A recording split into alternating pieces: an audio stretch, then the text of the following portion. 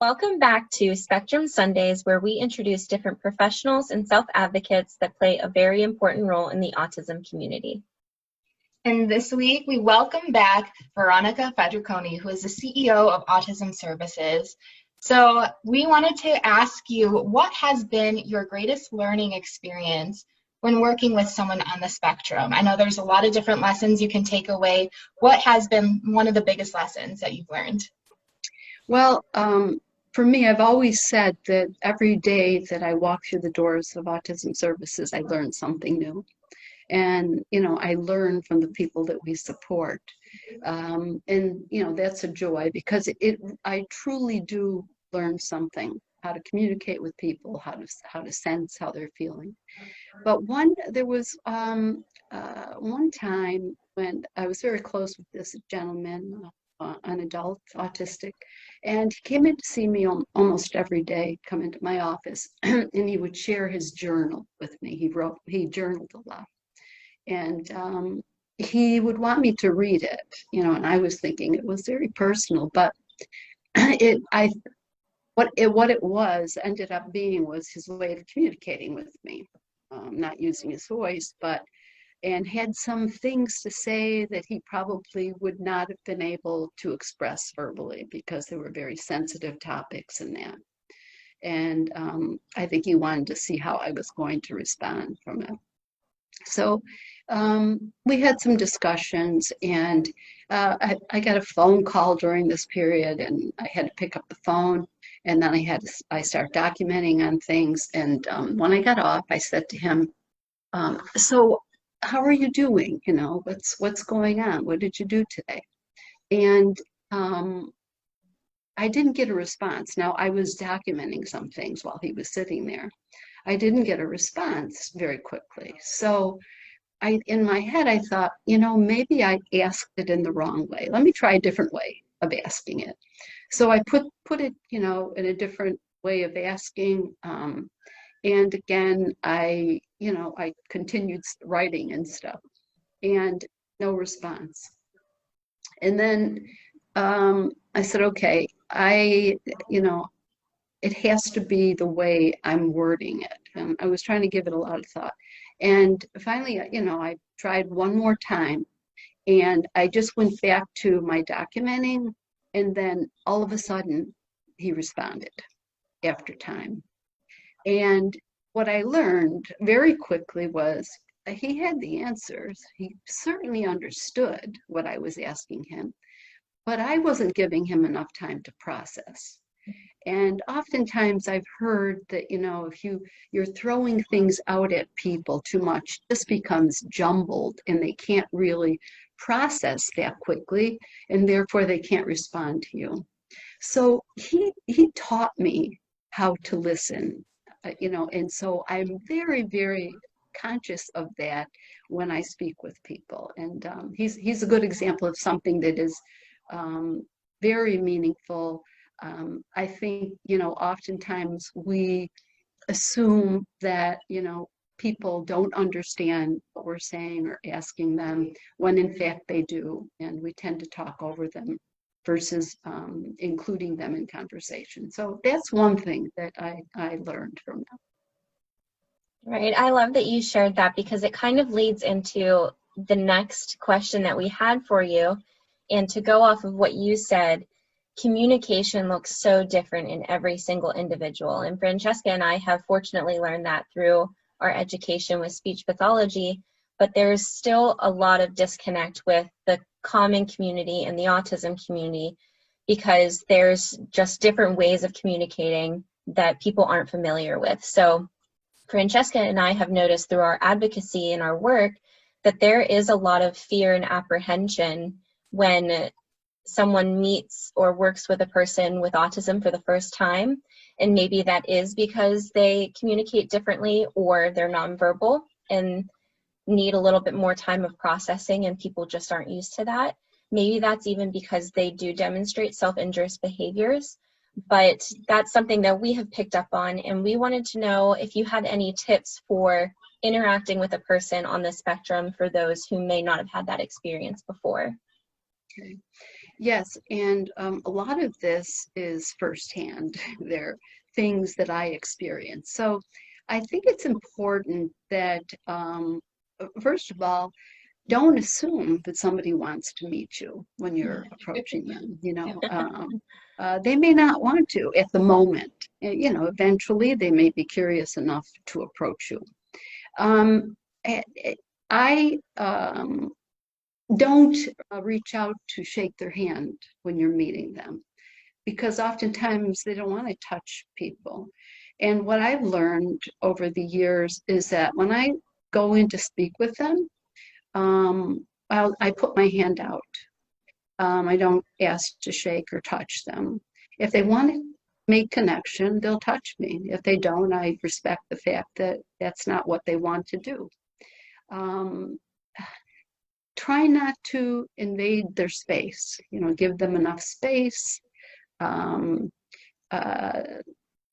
not ask a lot of questions. There are a lot of our folks, again, when you're asking questions, it's very challenging for them to process what you're asking, because they may hear the first thing that you say and the last thing that you say, and all that conversation in between may be lost.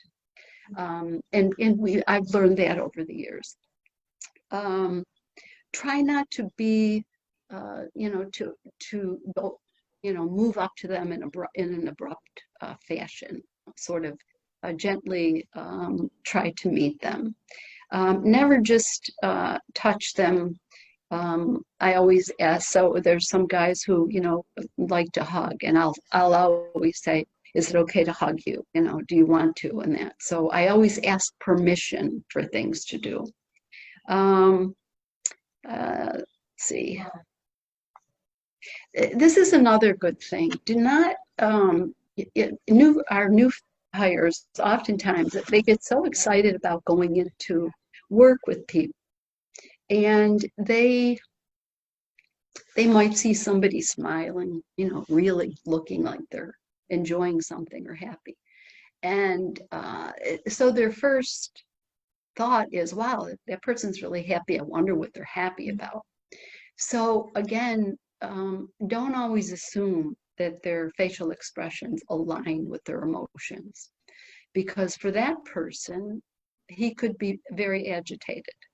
So even mentioning to him, I see that you're happy today, could just sort of make it worse. So oftentimes their expressions do not align with it. And if it does, they would probably reach out to you and make that known. And I think that's a tough thing for people to really see. Let's see. I tend to use, when I, rather than talk a lot, which I've done in the past, especially early on. I'll never forget when some guys first moved into our group homes. I didn't really know them, I didn't know I knew their families and that, but not a lot about their history, how they communicated, how they processed and that. And I remember sitting at the breakfast table, like one of the first days, and somebody was sitting next to me. We had like this array of cereal boxes and all these other things. And I said to him, he was sitting there, and I said, would you, what cereal would you like? Would you like cereal? And he became very upset, and not in a way that he was agitated, but he became very worked up. And when he's bothered by something, he goes through this process of standing up and really, doing some heavy duty, like pacing back and forth, flapping his hands, repeating something. And sometimes it's very difficult to understand it, but he repeats it and he repeats it and he repeats it. And so right away I said, it's okay, you don't have to have it. And that was worse. It was worse that I said, don't worry about it, you don't have to take it, because I thought, oh, well, maybe I'm pushing something on him that he didn't want. Then I learned very quickly, because I offered it to him, he felt inclined to take it. Now he had to take it because I put it out there to him, whether he wanted it or not. And so with him, and that's why I say, you know, be careful about how you're talking to them, talking too much. I learned to use gestures or, you know, eyes, use my eyes. So in the morning when I would sit with them, you know, he'd be kind of looking at me peripherally, and I might just go, you know, like this, or sometimes I would just use my eyes to look at him, see what he's looking at, and, you know, just say, you know, take what you want. But he taught me, again, he taught me that he can make his decisions on his own, and and this is the case with him always.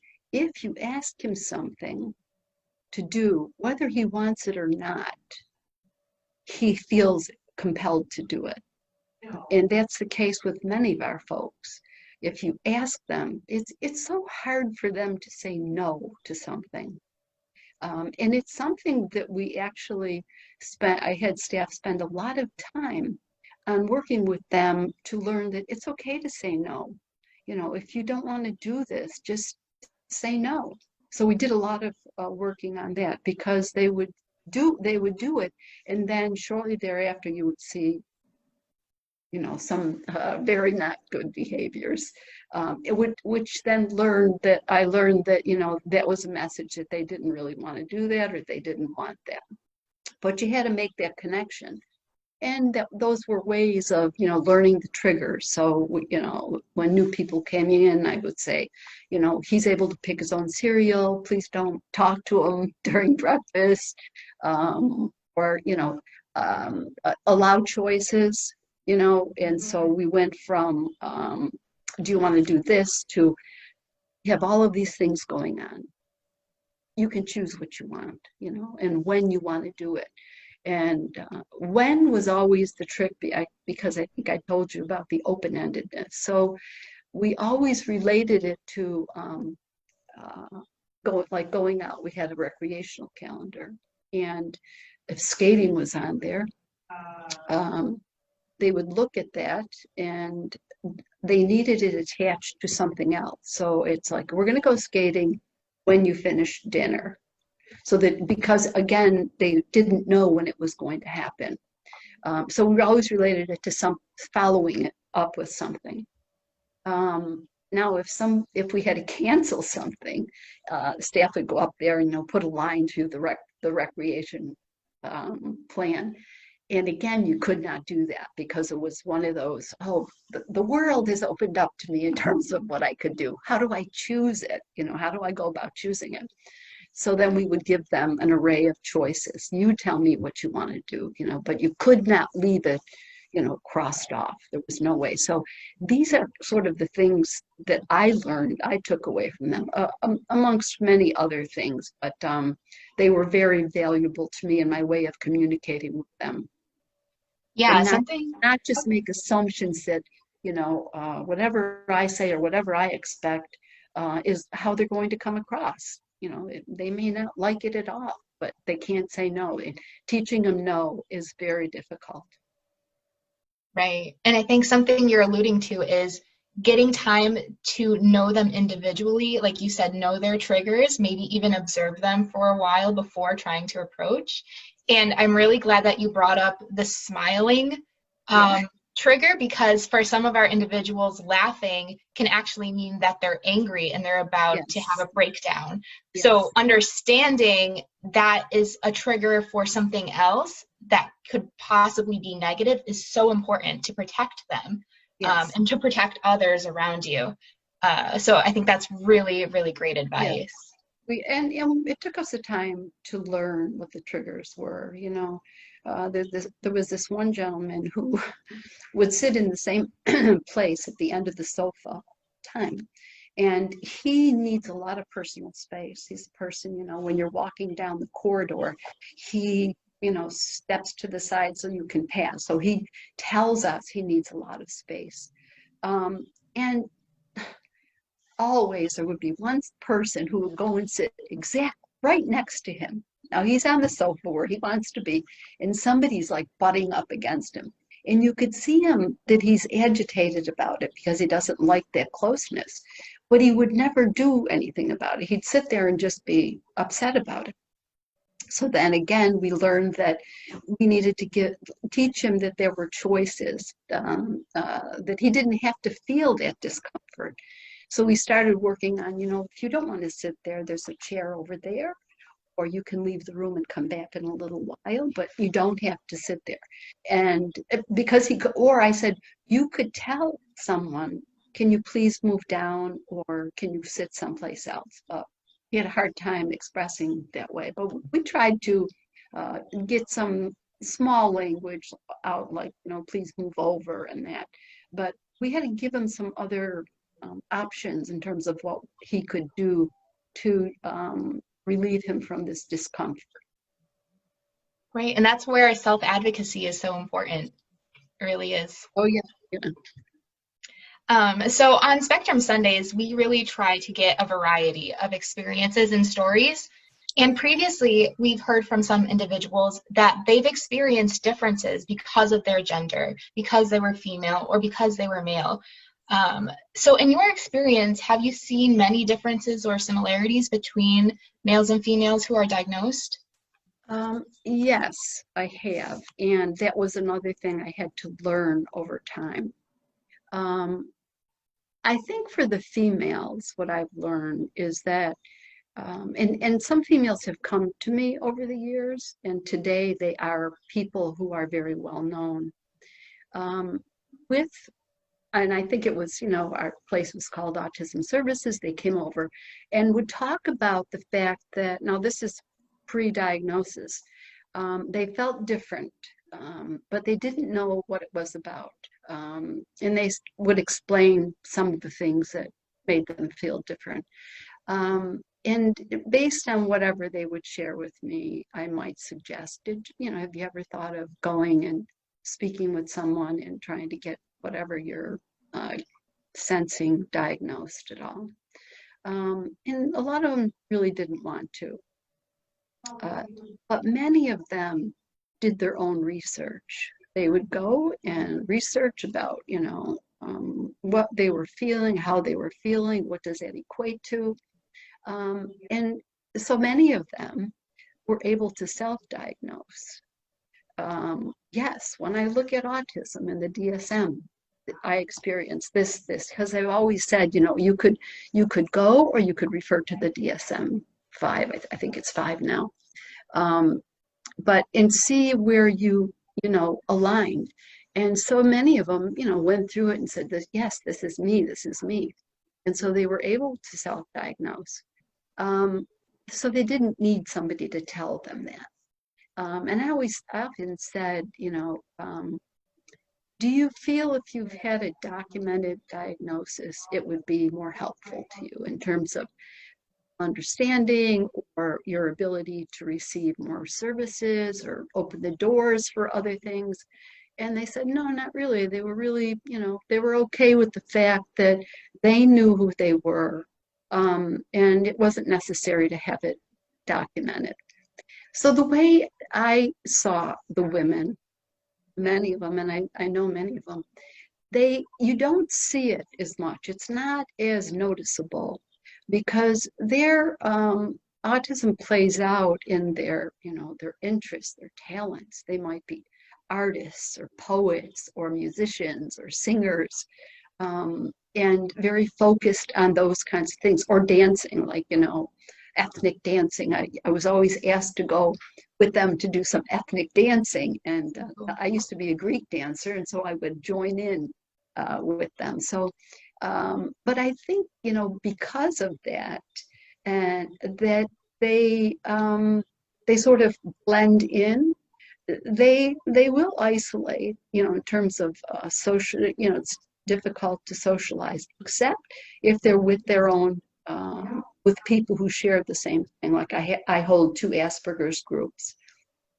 only because years and years ago, parents were reaching out to me, older people with autism, just saying, do you have anything for us? It didn't. And there was nothing in the funding mechanism. So because I heard from so many people, I decided to put it out there as a courtesy. And we put it on our website. Anybody, wanting to come together if they feel that they have Asperger's or high functioning autism or whatever, or just feel different, I'm going to be hosting. And so I started off in the Buffalo area, and people started to show up. And it's an amazing thing because I also have one in Hamburg now in the South Towns because people were coming in from all over the place. But it was a little unsettling to me, but also sort of exciting because I wasn't sure what the age cutoff should be, because I had people coming who were in their 50s or maybe in their 20s or in their teens, and I worried about the ability of the young people to communicate with the older people in the groups. And I found very quickly that it didn't matter. It really didn't matter as long as they shared the same interest and they could talk about the same interest, whether it was programming or video games or whatever instruments. So there was no problem with communication, and that was sort of intriguing to me. It's like, okay, I'll let people in that are high school people. So that has grown to be, and my goal with that was that, they feel a good deal of comfort amongst themselves because they can't be with other people, but they are able to socialize together. And my hope was that, they would make friends and then start to do things outside of the groups. And that had begun to happen. So then now they have music sessions at one of the guys' houses. Sometimes they'll go out to the movies together or other things. So I was really excited about that. But it was huge, something we really needed. So the women don't stand out as much. The men, on the other hand, because they are, their interests are so sort of consuming, they tend to go overboard with them, and whether it's in discussion or what have you. And so they will talk incessantly about, something like math. I have a math genius in the group. And so everything he talks about or offers to the group is all about math. Nobody else, understands what he's saying. And you could see that others weren't making the connection. So he tended to go overboard. If people didn't understand, he'd take it further, but it was something he couldn't connect with others on. So I think when they have a special interest, it's heavily recognized because they make it recognized. They're out there. They're speaking about it. They really perseverate over it, and so it could become annoying to people. So that's the difference I have seen. It's sort of like the guys can't tone it down, where the ladies offer something to enjoy. And I love both of them, but I have had to talk with some of the gentlemen about not everybody wants to hear about your math that nobody can understand, or not everybody wants to hear about, programming video games or whatever. But some of them have, they share the same interests and they come together, and that was a good thing to see. I don't know if that gives you a little bit of an idea how I discovered the difference between the men and the ladies. Right, and that's what you have been sharing is similar to some of the self-advocates that are female that we have talked with on Spectrum Sundays. But I think there's a very common underlying theme to what your mission is and your passion is, and that's about building a community for these individuals. And that's very similar to what Francesca and I have as our mission as Miss America title holders. Through our social impact initiative, we want to build a community of acceptance and appreciation for those with autism. And we want to know if there's someone out there that's not a Miss America title holder or an employee at Autism Services, and they're just Joe Schmo off the street, how can we bring them in to become members of this community, even if they don't have a direct experience with autism? Are you talking about the typical population coming in to learn? Yes. So I think the big disconnect that I see personally is that to make some serious change for this community, we already have everyone invested that experiences it day to day, or family members. So what can we do to get typically developing people, or those that aren't commonly coming in contact with individuals on the spectrum? How do we get them invested in this as well? Well, there has to be some motivation behind it, something that they're going to gain from it. When I listen to you, ladies, and I listen to your mission, sounds a lot like you're advocating strongly, or you want to teach people, you want to learn about it more. I look at you and say you're headed down the right path. And if you can continue to do those kinds of things, you will draw in many other people. It's sort of like, me putting the Aspergers groups out there and not knowing what was going to happen. And now I've got so many people that I had to stop buying the pizzas for because it was all coming out of my money. It was like, okay, can we hold these without having pizza? But I think I really, if you continue to do the things that you're doing, you're going to naturally draw people into, just maybe out of curiosity, and if it's typical people, again, it has to be there has to be a motivation to it, in terms of them wanting to learn, whether they have a family member or they're looking at that as their career. If it is somebody who is autistic, they may show some interest, but probably maybe an opportunity for them to talk about it, or present their own interests or brilliance most of the time. Does that answer your question? Yes, it does. Thank you. Because I'm sitting here thinking and listening about what we can do moving forward. And even if there's just someone that comes across this video series that doesn't have much experience, and so when we have those opportunities to inspire people to get involved. And I think when I'm listening, I think about all the times that I've heard from people that say, across my lifetime, I've at least met one person with autism, or I've had at least one encounter with a person with autism, but maybe they didn't know what to do in that instance, and they walked away from it feeling embarrassed that they weren't sure what to do in that situation, or frustrated because for once they felt that they couldn't communicate because it wasn't being reciprocated the way that they're used to.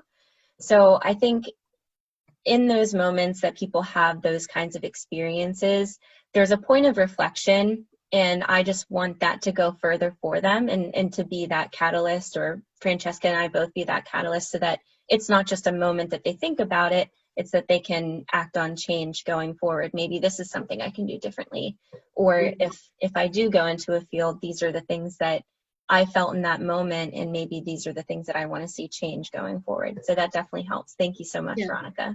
I think one of the things that you should think about is that autistic people are more similar to us than different than us. And if you keep that thought in mind, when you say that someone has run across one people, I'll bet that they've run across many, many people, and it's just not obvious to them. And yes, sometimes it is difficult to get that reciprocal communication. Sometimes it has to be taught to them, because or it could be another processing issue for them. But I really feel that there needs to be motivators to encourage people to want to be a part of something or to learn more about something. Right. And as a side note, last night I was watching Umbrella Academy. I'm not sure if either of you are familiar with that show, but it's sci-fi about superheroes. And one of the characters, he's not a main character at all, but they've kind of given him the character of a young boy who has autism, and they reference to him maybe once every episode. And last night they showed, well, it's not a nightly thing, so I'm not finished watching the show. But the episode I watched last night, they showed the dangers of drowning for young children who are on the autism spectrum. But they didn't really get into a lot of the discussion behind the disorder. So I think having the opportunity of TV and social media to show these types of characters is really important for maybe the typical population who might not have any experience or exposure. And that's where I encourage our viewers, if you see someone who might have a symptom or a sign of autism, maybe look that up, and because I wish they would have discussed it more, but they didn't. But there's becoming more of a movement to show more characters with autism on TV, which I think is really important as well. Yes, I was watching something the other day called Atypical. It was very interesting to me. I don't know if you've ever seen that, but I haven't seen it, but I've heard of it. I've heard mixed reviews about it from self-advocates too, so I'm interested to see how it represents autism. It was interesting. I don't know how everything, because there were only 3 episodes, so I don't know how it all played out, but some of the things were you know, sort of things that would be expected. And some of it didn't appear to be, you know, what I've certainly been exposed to. But, you know, when you mentioned, Francesca, the swimming, people need to keep in mind, especially for those who are more challenged, that there is no, they don't understand risk. They really do not understand risk. And it's why because we have some people who are extremely challenged, that every time they say they're taking, you know, the guys out to Niagara Falls, it's like, oh, please, or on a boat ride, you know, it's like, please hold on to them, you know, because they really don't, they don't get that. They don't understand risks. And there's been, you know, we've had people who would elope from our group homes, and I'm wondering if are they going to make it across the street? Of course, we have to find them, but because of their that's not everybody, but some of those young people just don't get it. So right, that's really important to protect our individuals, right? Going back to what Megan was saying before, we're both title holders with the Miss America organization. And the Miss America organization is heading towards a more professional path. They really want their title holders to get more involved with their career. And we were just wondering if you've had any previous experiences with the Miss America organization, and how do you think that this opportunity can help us with our careers and maybe future title holders? Well, I've never had any connection to it to begin with. You know, probably many, many years ago, I was, you know, would watch that, and I was very intrigued by it. But again, I would say what you guys are doing, you know, aside from this whole, you know, pageant and that, is that, you know, if people are out there speaking, they could speak about these people and how brilliant they are, or continue to advocate, continue to teach people out there, to bring them into your community and to learn about what you can offer them. It's the best advice I can give you without knowing a whole lot about the pageants. I congratulate you, but Well, thank you.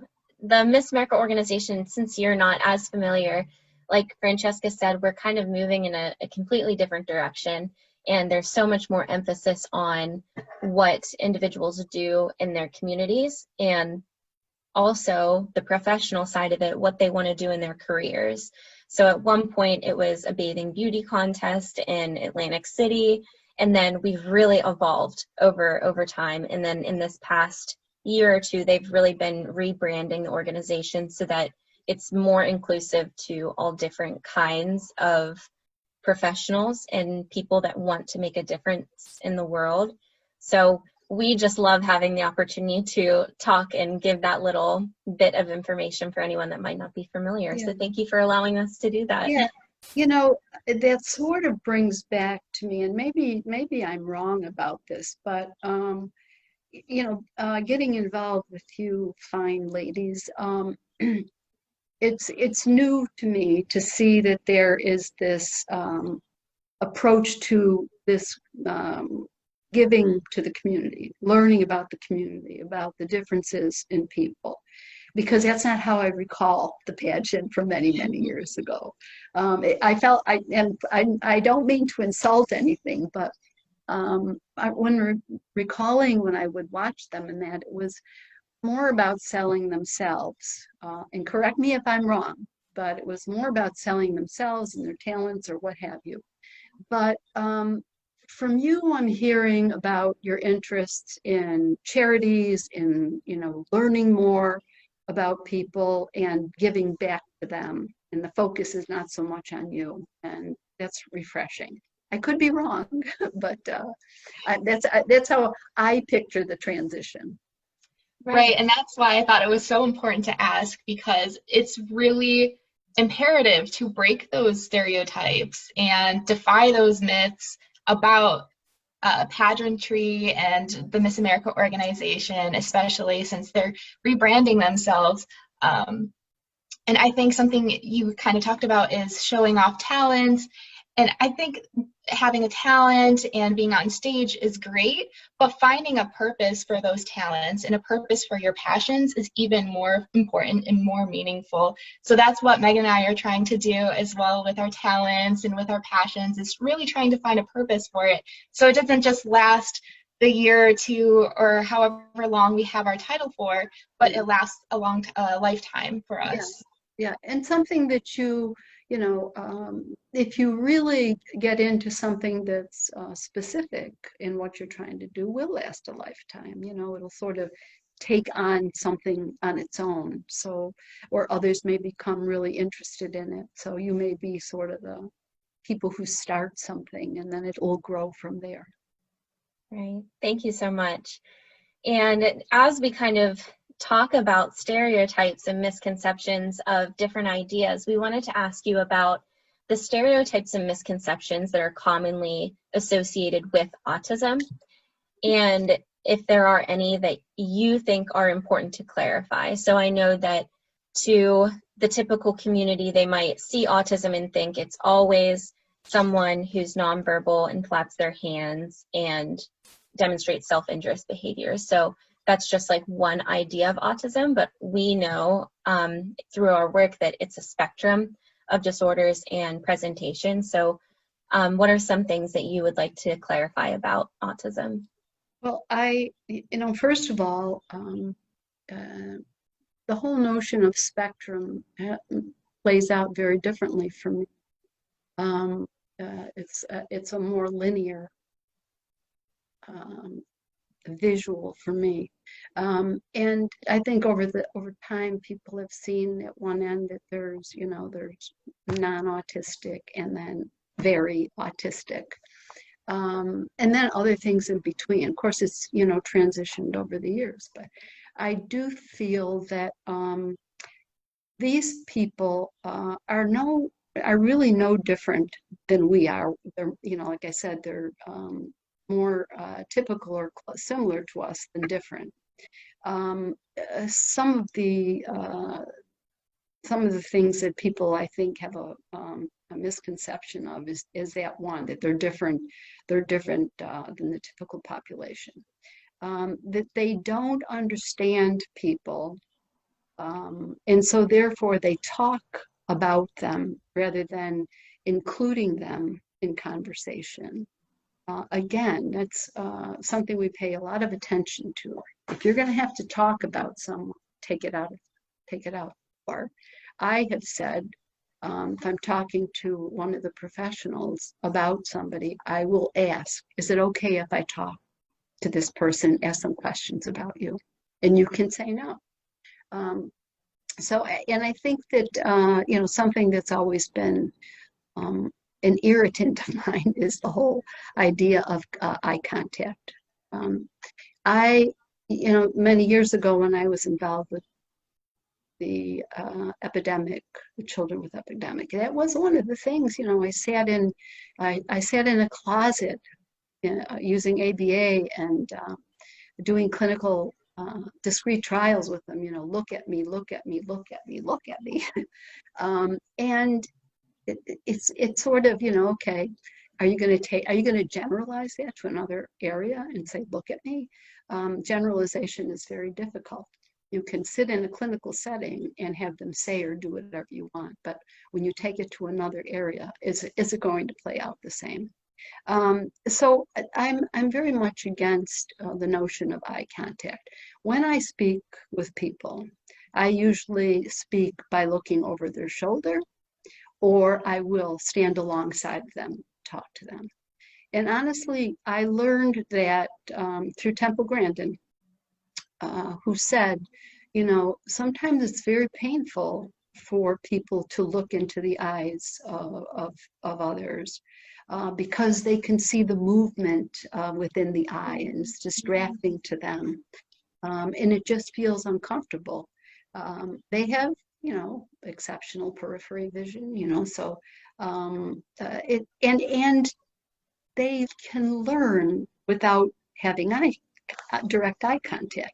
Now, we have kids in school who sit in the corner and lessons are being carried on, and we know that they're learning things. They don't have to look at us to give us an idea that they're learning things. So I think that that's a misconception that they have to give eye contact. I think that people think that they're not empathetic or they're not able to express emotions, and I don't know that to be true at all. I've seen people, and more so lately, I do think that sometimes they have to be encouraged, or you have to let them know that it's okay, to feel sad, or it's okay to come and ask questions that are uncomfortable to you. But so I think people feel like they don't have any feelings, again, that they can't understand. I always make the assumption that they understand anything we're saying. Even those people who are at the most challenged end, I assume that they understand what I'm saying, and most of the time they do. They may not show or respond in a way that indicates that, but I always make that assumption. I want to point out you saying about the stereotypes with people having the idea that they aren't empathetic and they don't want to connect with other people. And I just recently started a show called Love on the Spectrum. I don't know if either of you are familiar with it, but it takes through a few different people with autism dating and going through the dating process and meeting new people. And I'm sitting there thinking like, wow, this is how I felt when I was dating in high school. Like, it was awkward and I didn't know what to say. So it just goes back to when you said we are a lot more similar than we are different.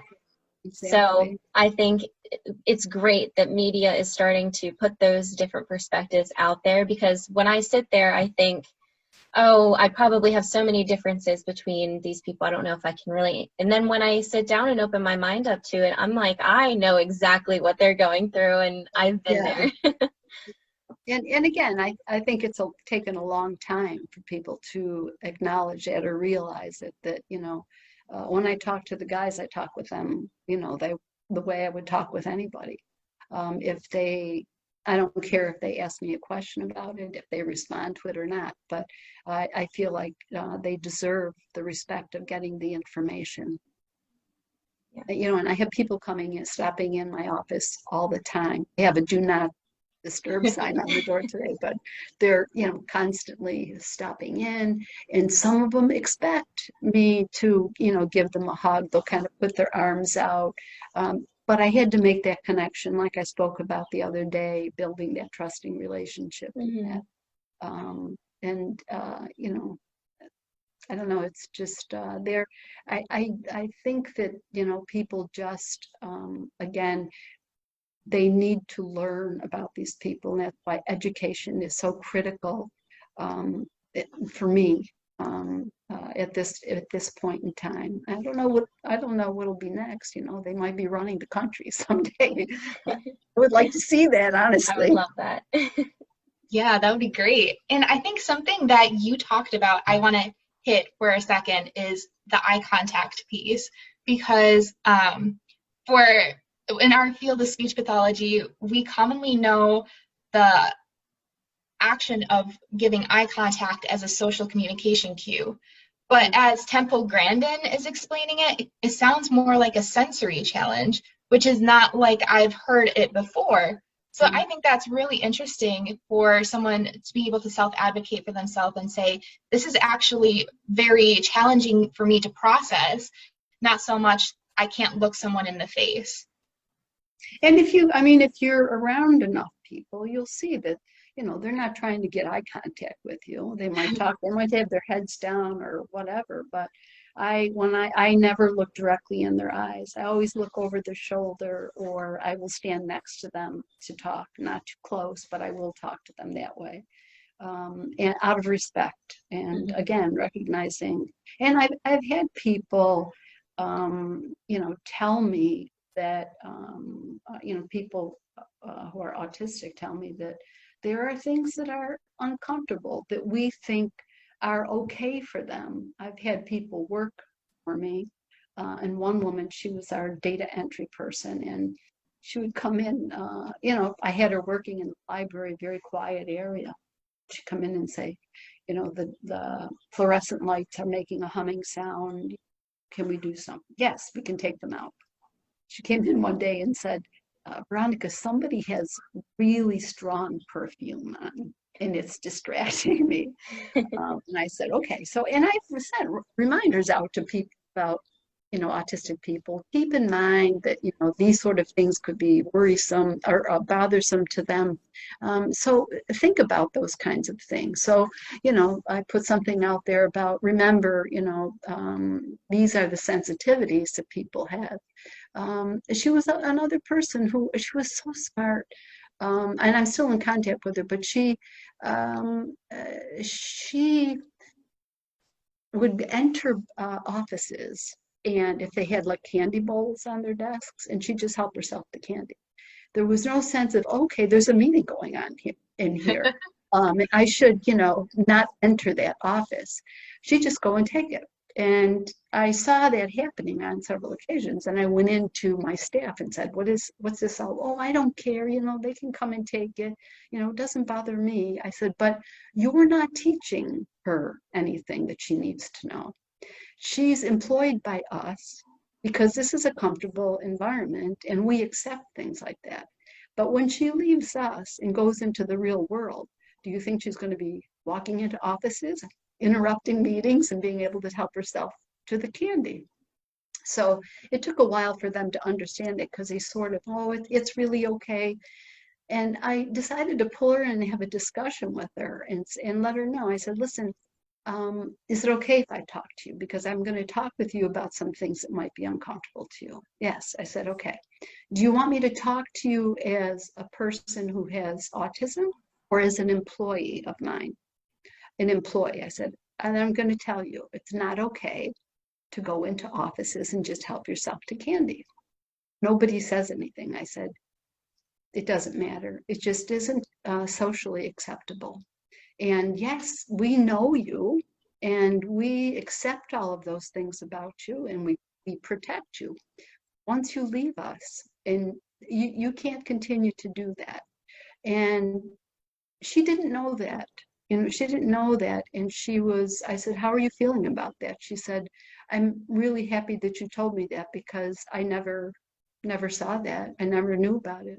She'd even come in to see me and say, she'd have a conversation with me, and she'd say, now, the way you're looking right now, are you pleased or are you upset with something? Because of my facial expression, I'd say, no, I'm just listening, you know, or she'd come into my office and sit there, and she wouldn't talk right away because I had too many things in my office, you know, gifts from the guys, and she'd be sort of moving around taking it all in, processing it before she could talk.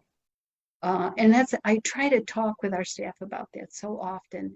Please don't, I know new teachers like to put all their new stuff on the walls and that, but when the children walk in, I refer to it as a sensory violation, that it's just too overwhelming for them to take in. Introduce some things one at a time. Put something new in there, they process it, then add to it and add to it. But you really have to think about how people are going to respond to something, not how we feel about it.